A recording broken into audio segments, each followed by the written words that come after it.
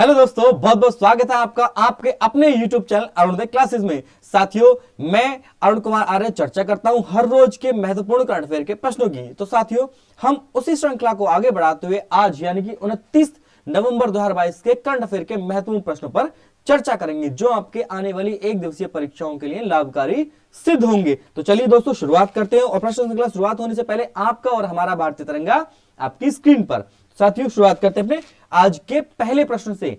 आज का पहला प्रश्न है, हाल ही में ऑपरेशन टर्ड शील्ड, कौन सा ऑपरेशन साथियों? ऑपरेशन टर्ड शील्ड किस देश के द्वारा चलाया गया? कौन सा ऑपरेशन? ऑपरेशन टर्ड शील्ड किस देश के द्वारा चलाया गया? आपका ऑप्शन ए है ईरान, आपका ऑप्शन बी है इंडोनेशिया, आपका ऑप्शन है सी फ्रांस, या आपका ऑप्शन है डी भारत। तो साथियों, जो ऑपरेशन टर्ड शील्ड है वो किसके द्वारा चलाया गया है? वो चलाया गया है भारत के द्वारा। कौन सा ऑप्शन सही हो गया? आपका ऑप्शन डी सही हो गया। भारत के द्वारा चलाया गया है ऑपरेशन टर्ड शील्ड। मैं बात करूंगा किसके विषय में? ऑपरेशन टर्ड शील्ड के विषय में। किसके विषय में? ऑपरेशन टर्ड शील्ड के विषय में। क्या है ऑपरेशन टर्ड शील्ड? साथियों, जो आप देख रहे हैं, टर्ड शील्ड मतलब कछुए की प्रजाति है ना। टर्टल मीन्स होता है कछुआ, इंग्लिश में टर्टल मीन्स होता है कछुआ। तो उसके इस तरह की प्रजाति के विशेष प्रजाति के संरक्षण में रोकथाम के लिए भारत के द्वारा अन्य देशों में तस्करी किए जा रहे कछुओं के संरक्षण में रोकथाम के लिए भारत में, कहां पर? भारत से अन्य देशों, कहां? अन्य देशों में तस्करी किए जा रहे, अन्य देशों में तस्करी किए जा रहे, अन्य देशों में क्या किए जा रहे? तस्करी किए जा रहे टर्टिल, तस्करी किए जा रहे टर्टिल, यानी कि कछुओं और उनकी विशेष प्रजाति के कछुओं, तस्करी की जा रहे कछुए और उनकी विशेष प्रजाति के कछुओं को संरक्षण व रोकथाम के लिए। किसके लिए? संरक्षण व रोकथाम के लिए। किसके लिए साथियों? संरक्षण व रोकथाम के लिए। संरक्षण व रोकथाम के लिए भारत द्वारा, किस देश के द्वारा? भारत द्वारा कौन सा ऑपरेशन चलाया गया साथियों? Operation turtle shield. कौन सा ऑपरेशन चलाया गया है? Operation turtle shield. अभी रिसेंटली पश्चिम बंगाल के तट पर भारत तथा उत्तर प्रदेश और बिहार और अन्य राज्यों से तस्करी किए जा रहे कछुओं की एक बहुत बड़ी खेप प्राप्त की है।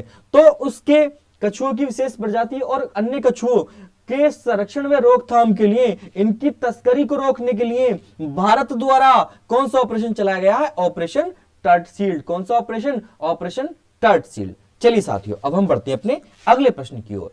अगला प्रश्न आपकी स्क्रीन पर है, हाल ही में गोवा में आयोजित अंतरराष्ट्रीय फिल्म फेस्टिवल, अभी आपको पता होगा रिसेंटली 53वां अंतरराष्ट्रीय फिल्म फेस्टिवल गोवा में आयोजित किया जा रहा था, जिसका समापन आज हो गया है।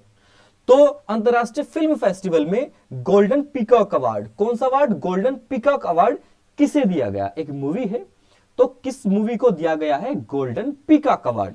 आपके ऑप्शन है ए इनटू द डार्कनेस, आपका ऑप्शन है B I have electric dreams, आपका ऑप्शन है C the boarding house, and the last option is, आपका लास्ट ऑप्शन डी है emerges out of this shadow, emerges out of this shadow.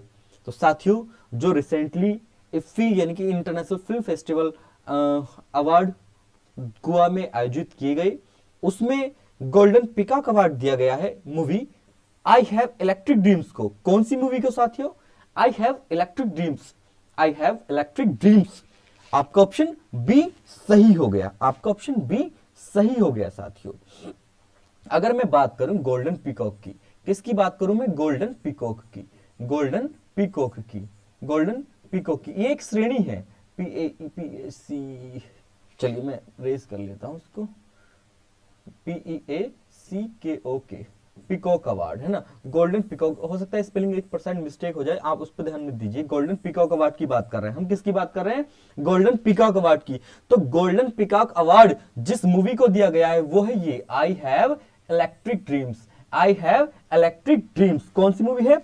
I have electric dreams. ठीक है साथियों, अब golden peacock award के तहत जो बेस्ट एक्टर का अवार्ड मिला है, जो बेस्ट एक्टर का अवार्ड मिला है, वो इसी मूवी के एक्टर हैं, आई हैव इलेक्ट्रिक ड्रीम्स मूवी के एक्टर हैं वाहिद मोवेसारी।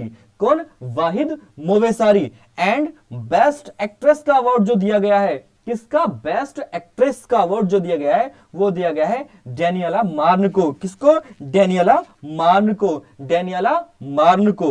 ठीक है साथियों, मैं बात कर रहा हूं किसकी?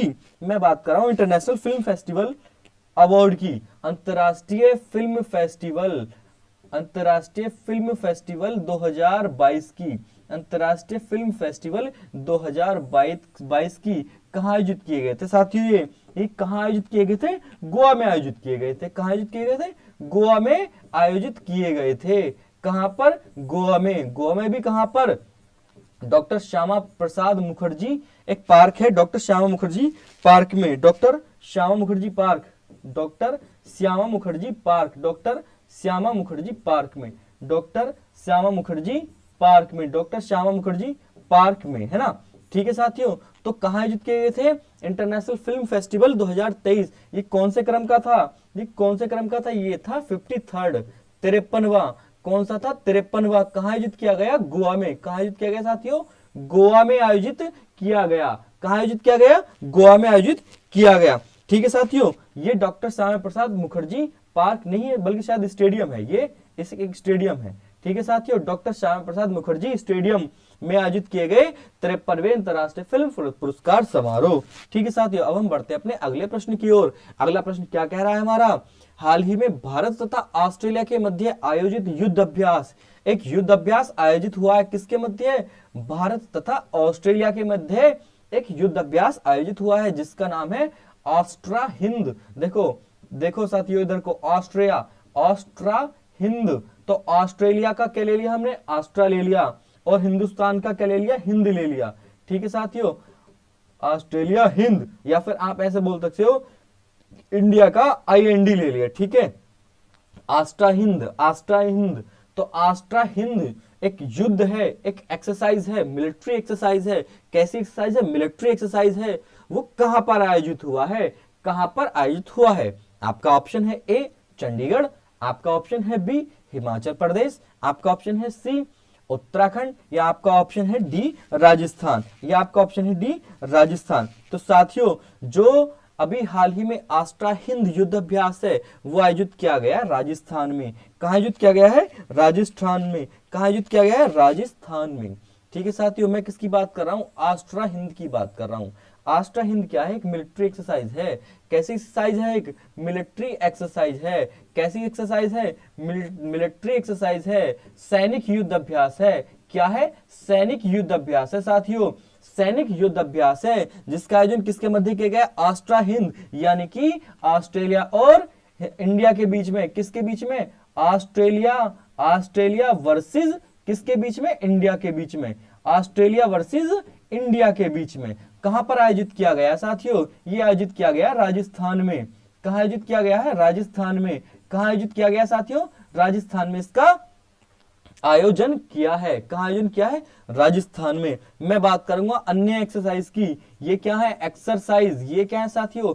एक्सरसाइज। ये किसके मध्य हुई है, यानी कि इसमें कौन कौन पार्टिसिपेट रहा है? कौन कौन पार्टिसिपेट रहा है? कौन कौन पार्टिसिपेट रहा है? चलिए मैं बात करूंगा पहली एक्सरसाइज है, फिर रिवीजन करा रहा हूं मैं, फिर रिवीजन करा रहा हूं। ये संप्रति। कौन सी एक्सरसाइज है साथियों? ये है संप्रति। ये है संप्रति। किसके मध्य होती है? ये होती है इंडिया एंड बांग्लादेश के, भारत और बांग्लादेश के मध्य। किसके मध्य साथियों? भारत और बांग्लादेश के मध्य संप्रति। मित्र शक्ति, मैं बात करूंगा मित्र शक्ति। ये मित्र शक्ति है भारत और श्रीलंका के मध्य। किसके मध्य है? भारत और श्रीलंका के मध्य। कौन सी? मित्र शक्ति। मित्र शक्ति युद्ध अभ्यास है, सैनिक युद्ध अभ्यास है, मिलिट्री एक्सरसाइज है। मिलिट्री एक्सरसाइज है मित्र शक्ति। चलिए अगर मैं बात करूं मैत्री की, किसकी? मैत्री की। किसकी बात करूं मैं? मैत्री की। तो ये भारत और थाईलैंड के मध्य होती है साथियों। किसके मध्य? भारत और थाईलैंड के मध्य मैत्री। मैत्री और मित्र शक्ति भारत और श्रीलंका के मध्य। अब मैं बात करूंगा वज्र प्रहार की और युद्ध अभ्यास की। किसकी? वज्र प्रहार। किसकी साथियों? वज्र प्रहार। वज्र प्रहार, वज्र प्रहार। और दूसरा है कौन सा? युद्ध अभ्यास। इस एक्सरसाइज का नाम ही युद्ध अभ्यास है। इस युद्ध अभ्यास का नाम ही क्या है? युद्ध अभ्यास है। ये दोनों की दोनों भारत और USA के मध्य होती हैं साथियों। भारत और USA के मध्य होती हैं। किसके मध्य? भारत और यूएसए के मध्य होती हैं।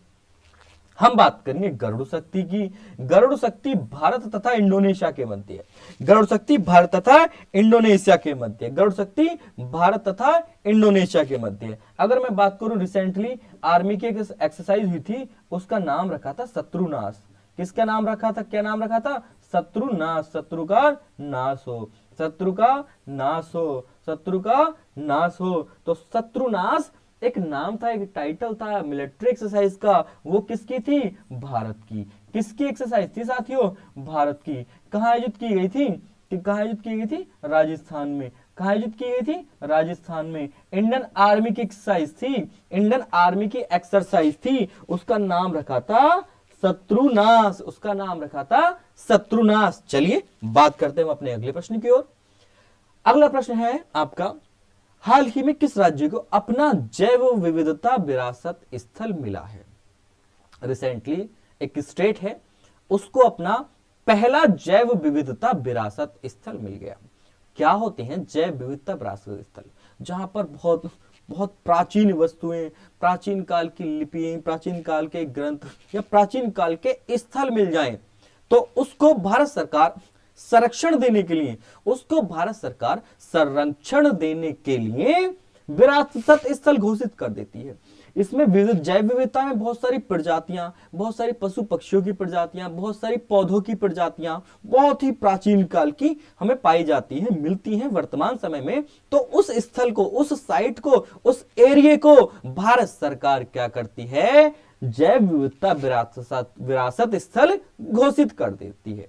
जैव विविधता विरासत स्थल घोषित कर देती है। तो कहां मिला है अभी? कैसी, कहां, कौन सी साइट मिली है? एक अभी साइट मिली है, एक स्थल मिली है, एक एरिया मिला है, ऐसा तो कहां मिला है? आपका ऑप्शन ए है केरल, आपका ऑप्शन बी है तमिलनाडु, एंड आपका ऑप्शन सी है राजस्थान, और आपका ऑप्शन डी है कर्नाटक। तो साथियों, जैव विविधता विरासत स्थल अपना पहला, उस राज्य का अपना पहला जैव विविधता विरासत स्थल मिला है, तो वो मिला है साथियों तमिलनाडु को। कहां मिला है? तमिलनाडु मिला है जी। कहां मिला है? तमिलनाडु में मिला है। कहां मिला है साथियों? तमिलनाडु में मिला है। ठीक है, कहां मिला है? तमिलनाडु में मिला है। मैं किसकी बात कर रहा हूं साथियों? जैव विविधता स्थल की बात कर रहा हूं। मैं किसकी बात कर रहा हूं? जैव विविधता स्थल की। मैं किसकी बात कर रहा हूं साथियों? जैव विविधता स्थल। जैव विविधता स्थल कहां मिला है? तमिलनाडु में। जैव विविधता विरासत स्थल, जैव विविधता विरासत स्थल, जैव विविधता विरासत स्थल कहां मिला है साथियों? ये मिला है साहब तमिलनाडु में मिला है। तमिलनाडु की दो साइट है, एक तो आरिकापट्टी और एक मीनाक्षीपुरम। तमिलनाडु की दो साइट मिली है साथियों। आपको क्लियर दिख रहा है ना? चलिए मैं बात करता हूं कहां मिला है? तमिलनाडु में। कहां मिला साथियों? तमिलनाडु में। कहां मिला है? कौन से राज्य को मिला है? कौन से राज्य में अपना पहला जैव विविधता विरासत स्थल मिला है साथियों? तमिलनाडु में मिला है जी।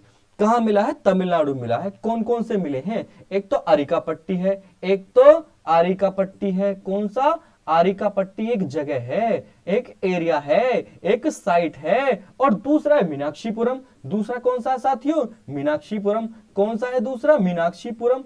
कौन सा है दूसरा साथियों? मीनाक्षीपुरम। तो तमिलनाडु राज्य में विश्व विरासत स्थल की, जैव विविधता स्थल की दो साइट्स मिली हैं। दो साइट्स मिली हैं, एक तो है अरिकापट्टी और दूसरी है मीनाक्षीपुरम। कहां मिली है? तमिलनाडु में मिली है साथियों। कहां मिली है? तमिलनाडु में। तमिलनाडु की अगर मैं कैपिटल की बात करूं तो साहब आपको पता ही है। बताओ फिर, बताओ फिर, कैपिटल बताओ, और इसका ये बताओ सीएम कौन है? बताओ। है ये आपको कमेंट बॉक्स में मैं काम दे रहा हूं, ठीक है? कमेंट बॉक्स में आपको काम दे रहा हूं। तमिलनाडु के कैपिटल बताओ और तमिलनाडु की सीएम बताओ। बता दोगे? चलो छोड़ो, मत बताओ, मैं ही बता देता हूं। बच्चों, साथियों, ज्यादा परेशान ना हो, सब कुछ मैं बताऊंगा, सब कुछ मैं बताऊंगा। तो तमिलनाडु की जो सब कैपिटल है वो है चेन्नई। वो कौन सी है? तमिलनाडु की कैपिटल है साथियों चेन्नई है तमिलनाडु की कैपिटल। अगर मैं तमिलनाडु के सीएम की बात करूं तो सीएम है एमके स्टालिन। कौन है? एमके स्टालिन है तमिलनाडु के कौन? सीएम। तमिलनाडु के सीएम कौन है? एमके स्टालिन। कौन है साथियों? एमके स्टालिन तमिलनाडु के सीएम मिले हैं। यहां पर जो दो साइट मिली है ना साथियों, ये लगभग के 2200 वर्ष पुरानी 2200 वर्ष पुरानी महापाषाण कालीन वस्तुएं मिली हैं यहाँ पर। 2200 वर्ष पुरानी महापाषाण कालीन वस्तुएं मिली हैं, स्थल मिले हैं, झील मिली है, बहुत सारी पक्षियों की प्रजातियां मिली हैं। 2200 वर्ष पुरानी महापाषाणकालीन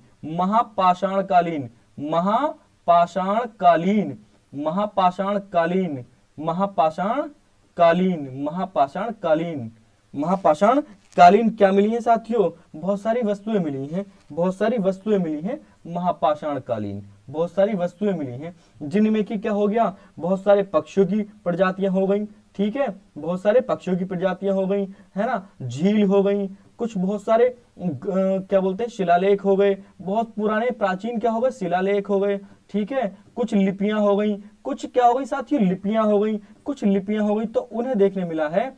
तो यहाँ पर पता लगता है कि कुछ ना कुछ ये जो है महापाषाणकालीन कुछ ना कुछ स्थल रहा होगा, है ना। तो इस स्थल को कवर अप करने के लिए, इस स्थल को संरक्षण देने के लिए, इन साइट्स को संरक्षण देने के लिए भारत सरकार ने तमिलनाडु के दो स्थानों को जैव विविधता विरासत स्थल घोषित किया है, जैव विविधता विरासत स्थल घोषित किया है साथियों। अब ये बताओ मुझे, अब तक मिलने वाली कुल साइट्स यानी कि अब तक कितने जैव विविधता विरासत स्थल मिले हैं? तो वो मिले साथियों 35। अब तक 35 हो गए जी, यानी कि ये भारत के हो गए। भारत में मिलने वाले कुल जैव विविधता विरासत स्थल कितने हैं जी? वो 35 है जी। अब एक था, पहले 34 थे, पहले कितने थे? 34 थे, और एक किसका मिल गया? तमिलनाडु का। तो साहब तमिलनाडु का तो मिला है पहला, तमिलनाडु की तो साहब पहली साइट्स मिली है, तमिलनाडु की पहली साइट्स मिली है, और तमिलनाडु की साइट्स को मिलाकर के 35 हो गए। तो भारत में स्थित कुल जैव विविधता विरासत स्थल कितने हैं? कितने बताओ? 35 हैं। कितने हैं? 35 हैं। और तमिलनाडु का एक है। तमिलनाडु कौन सा है? ये अरिकापट्टी और मीनाक्षीपुरम। क्या है? 2200 वर्ष पूर्व महापाषाणकालीन क्या मिली है यहाँ पर? बहुत सारी पक्षी मिले हैं, झीलें मिली हैं, शिलालेख मिले हैं, लिपियां मिली हैं। इसलिए भारत सरकार ने इसको जैव विविधता विरासत स्थल घोषित कर दिया। क्लियर हुआ? क्लियर हो गया? आया समझ में? मजेदार, एकदम मजे से पढ़ते रहो साथियों, मजे से पढ़ते रहो। अब आपका अगला प्रश्न आपकी स्क्रीन पर है। हाल ही में हर घर गंगा जल परियोजना किस राज्य में आरंभ की गई? हर घर गंगा जल परियोजना किस राज्य में आरंभ की गई? आपका ऑप्शन ये रहे। आपका ऑप्शन ए है राजस्थान, आपका ऑप्शन बी है बिहार, आपका ऑप्शन सी है उत्तर प्रदेश, या आपका ऑप्शन डी है झारखंड। तो मैं किसकी बात कर रहा हूं? हर घर गंगा जल। किसकी? हर घर गंगा जल। मैं हर घर जल की बात नहीं कर रहा साथियों, मैं हर घर जल की बात नहीं कर रहा। मैं किसकी बात कर रहा हूं? मैं हर घर गंगा जल की बात कर रहा हूं। किसकी बात कर रहा हूं? हर घर गंगा जल की बात कर रहा हूं। तो साथियों वो परियोजना आरंभ की गई है बिहार राज्य में। कौन से राज्य में? बिहार राज्य में। कृपा कहां रुकी थी? बिहार राज्य में रुकी थी। कृपा कहां रुकी थी? ऑप्शन बी में रुकी थी। यहां कृपा रुकी थी, यानी कि हर घर गंगा जल बिहार। हर घर गंगा जल बिहार। हर घर गंगा जल कौन सा राज्य? बिहार राज्य हो गया जी। कौन सा राज्य हो गया? बिहार राज्य हो गया। हर घर गंगा जल बिहार राज्य में। हर घर गंगा जल बिहार राज्य में। और आपको पता होगा बिहार के जो सीएम है, मैं किसकी बात कर रहा हूं? मैं बिहार की बात कर रहा हूं। मैं बिहार स्टेट की बात कर रहा हूं साथियों, मैं बिहार स्टेट की बात कर रहा हूं। किसकी बात कर रहा हूं मैं? बिहार स्टेट की बात कर रहा हूं मैं। हर घर गंगा जल, हर घर गंगा जल। बिहार के जो सीएम है वो है नीतीश कुमार। बिहार के जो सीएम है वो कौन है? नीतीश कुमार। वो कौन है साथियों? नीतीश कुमार। कौन है साथियों? नीतीश कुमार। बिहार की कैपिटल पटना। बिहार की कैपिटल क्या है? पटना। बिहार की कैपिटल क्या है? पटना। मैं बात कर रहा हूं हर घर गंगा जल। किसकी बात कर रहा हूं? हर घर गंगा जल। हर घर गंगा जल कहां पर? बिहार में। अब मुझे बताओ हर घर जल। अब मैं बात करूंगा हर घर जल की। किसकी बात करूंगा साथियों? हर घर जल। हर घर जल। हर घर जल। अब मैं किसकी बात कर रहा हूं, अब मैं हर घर जल की बात कर रहा हूं। तो साथियों रिसेंटली हर घर जल योजना के तहत कौन से राज्य का कौन सा जिला सबसे ज्यादा बहुत ही कम समय में नलापूर्ति जलापूर्ति करने वाला स्टेट का कौन सा डिस्ट्रिक्ट बन गया है। यानी कि हर घर जल योजना के तहत किस राज्य के किस जिले ने बहुत ही कम समय में, सबसे कम समय में ग्रामीणों को, क्योंकि ग्रामीण के लिए थी, क्योंकि ये योजना ग्रामीण के लिए थी, ग्रामीणों को सबसे कम समय में सर्वाधिक नल आपूर्ति कराई है। नल आपूर्ति यानी कि जलापूर्ति कराई है। तो साथियों उत्तर प्रदेश का शाहजहांपुर, उत्तर प्रदेश का शाहजहांपुर जिला सर्वाधिक, उत्तर प्रदेश का शाहजहांपुर जिला, उत्तर प्रदेश का शाहजहांपुर जिला, उत्तर प्रदेश का शाहजहांपुर जिला हर घर जल योजना के तहत सर्वाधिक सबसे कम समय में सर्वाधिक जलापूर्ति सर्वाधिक नलापूर्ति करने वाला जिला बन गया है। बरेली भी इसकी होड़ में है। कौन सा, बरेली भी इसकी होड़ में है। और कौन सा, बुलंदशहर भी इसकी होड़ में है। और कौन सा, बुलंदशहर भी इसकी होड़ में है। और कौन सा, बुलंदशहर भी इसकी होड़ में है। चलिए साथियों मजे से पढ़ते रहो। शाहजहांपुर ने टॉप किया है सर्वाधिक नलापूर्ति करने वाला, सबसे कम समय में हर घर नल योजना के तहत, हर घर जल योजना के तहत। ठीक है, ये थी हर घर गंगा जल, बिहार नीतीश कुमार, पटना और बिहार गंगा जल, हर घर गंगा जल। अब बात करूंगा प्रश्न नंबर 6 की। तो प्रश्न नंबर 6 में क्या है, हाल ही में डेविस कप, कौन सा कप, डेविस कप, कौन सा कप, डेविस कप किससे संबंधित है, टेनिस से संबंधित है। किससे संबंधित है, टेनिस से संबंधित है। रट लो प्रश्न, बिल्कुल हर रोज याद कराता हूं, हर रोज प्रीवियस क्वेश्चन याद कराता हूं। हाल ही में डेविस कप पहली बार किसने जीता। आपका ऑप्शन ए है कनाडा, एंड आपका ऑप्शन बी है ऑस्ट्रेलिया, आपका ऑप्शन सी है संयुक्त राज्य अमेरिका, एंड आपका ऑप्शन डी है स्पेन। तो साथियों अभी हाल ही में पहली बार ऑस्ट्रेलिया को हरा करके स्पेन ने डेविस कप 2022 पर कब्जा कर लिया है। किसने, स्पेन ने। आपका ऑप्शन डी सही हो गया। कृपा कहां रुकी थी, स्पेन पर रुकी थी। कृपा कहां रुकी थी, स्पेन पर रुकी थी साथियों। तो डेविस कप किसने जीता है, फर्स्ट टाइम जीता है स्पेन ने, स्पेन ने जीता साथियों। किसने जीता है डेविस कप, स्पेन ने जीता है। डेविस कप किसने जीता है, स्पेन ने जीता है। डेविस कप फर्स्ट टाइम किसने जीता है, स्पेन ने जीता है। डेविस कप किसने जीता है साथियों, स्पेन ने जीता है। स्पेन, मैं बात कर रहा हूं स्पेन की। स्पेन की कैपिटल क्या है, स्पेन की कैपिटल क्या है, स्पेन की कैपिटल क्या है, और स्पेन की करेंसी क्या है। स्पेन की करेंसी क्या है, सिंपल है, स्पेन की करेंसी है Spanish dollar, and the capital is Ottawa. Ottawa capital है, ओटावा कैपिटल है। स्पेन की कैपिटल क्या है साथियों, ओटावा। स्पेन की कैपिटल क्या है, ओटावा। स्पेन की करेंसी क्या है, स्पेनिश डॉलर, स्पेनिश डॉलर है करेंसी, स्पेनिश डॉलर है currency. Capital Ottawa. Davis cup किसने जीता है, स्पेन ने। किसको हरा करके, ऑस्ट्रेलिया को हरा करके। ठीक है साथियों, तो ऑस्ट्रेलिया जो रहा है उपविजेता रहा है। ऑस्ट्रेलिया क्या रहा है, उपविजेता। ऑस्ट्रेलिया क्या रहा है, उपविजेता। और विजेता कौन रहा है, स्पेन फर्स्ट टाइम। कौन रहा है विजेता, स्पेन फर्स्ट टाइम। ठीक है साथियों, चलिए बात कर ले रहे हैं हम अगले प्रश्न की। अगला प्रश्न है, हाल ही में किस राज्य के मुख्यमंत्री ने मुख्यमंत्री शिक्षा पुरस्कार योजना, कौन सी योजना, मुख्यमंत्री शिक्षा पुरस्कार योजना प्रारंभ की। मुख्यमंत्री शिक्षा पुरस्कार योजना प्रारंभ की। किस राज्य के मुख्यमंत्री ने मुख्यमंत्री शिक्षा पुरस्कार योजना आरंभ की, शुरुआत की। आपका ऑप्शन ए है उत्तराखंड, आपका ऑप्शन बी है राजस्थान, आपका ऑप्शन सी है छत्तीसगढ़, या आपका ऑप्शन डी है उड़ीसा। बताओ किसने आरंभ की है मुख्यमंत्री शिक्षा पुरस्कार योजना, मुख्यमंत्री शिक्षा पुरस्कार योजना। आपका ऑप्शन सी सही हो गया, सॉरी उड़ीसा है ना साथियों, इसका है उड़ीसा। इसका ऑप्शन डी सही है ना, इसका ऑप्शन कौन सा, डी सही है। यह मुख्यमंत्री शिक्षा पुरस्कार योजना उड़ीसा में प्रारंभ की गई, मेरे दिमाग में था कि हाँ नाम तो नवीन पटनायक जी था, लेकिन ऑप्शन पता नहीं कहाँ बोल रहा था मैं, है ना। तो अभी नवीन पटनायक जो कि सीएम है कहाँ के, उड़ीसा के, जो कि सीएम कहाँ के हैं, उड़ीसा के। तो नवीन पटनायक द्वारा कौन सी मुख्यमंत्री शिक्षा पुरस्कार योजना, कौन सी मुख्यमंत्री शिक्षा पुरस्कार योजना, मुख्यमंत्री शिक्षा पुरस्कार योजना, मुख्यमंत्री शिक्षा पुरस्कार योजना किस राज्य में, उड़ीसा राज्य में। किस राज्य में, उड़ीसा राज्य में। And you know what is the capital of Orissa, Bhubaneswar. Capital of Orissa Bhubaneswar. CM Naveen Patnaik, capital क्या है, भुवनेश्वर।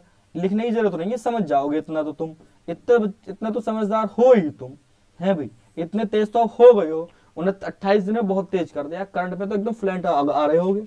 उड़ीसा की कैपिटल क्या है, भुवनेश्वर है। उड़ीसा के जो सीएम है वो कौन है, नवीन पटनायक। वो कौन है साथियों, नवीन पटनायक जी हैं। कौन है, नवीन पटनायक, नवीन पटनायक जी हैं, नवीन पटनायक जी हैं उड़ीसा के सीएम। उड़ीसा के सीएम कौन है, नवीन पटनायक जी हैं। कौन है, नवीन पटनायक जी हैं। ये रहे नवीन पटनायक जी, ये रहे नवीन पटनायक जी, ये रहे नवीन पटनायक जी। नवीन पटनायक। मैं किसकी बात कर रहा हूँ, उड़ीसा की बात कर रहा हूँ।